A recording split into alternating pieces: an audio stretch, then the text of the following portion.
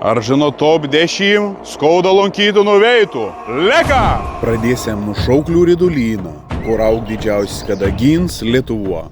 Vingion pažintienis taks ir yra įrengts apžvalgos bokštas. Toliau keliaujam prie didžioji Šilalės kūlė ir senovi šventuovis su dubenėtoju akmeniu. Keliaujam į galingoji Mosėdį, aplankyti Kuršių genties muziejų ir Vaclovintą sukurtą akmenų parką su pažintiniu taku. Čia yra Skauda! Su katru istorija susipažinsim Skauda muziejų. Laiks pasistiprinti kavinė Vespera, peitums budelį kliaudas patiekals. Pasistiprinę, keliausiam į slaptoje akmens skulptūrų parkėlį, aplankysiam Žemaitijos didžiavyrį Simoną Daukantą gimtdienį ir pažintėnį taką atsodintą Mažaulinį.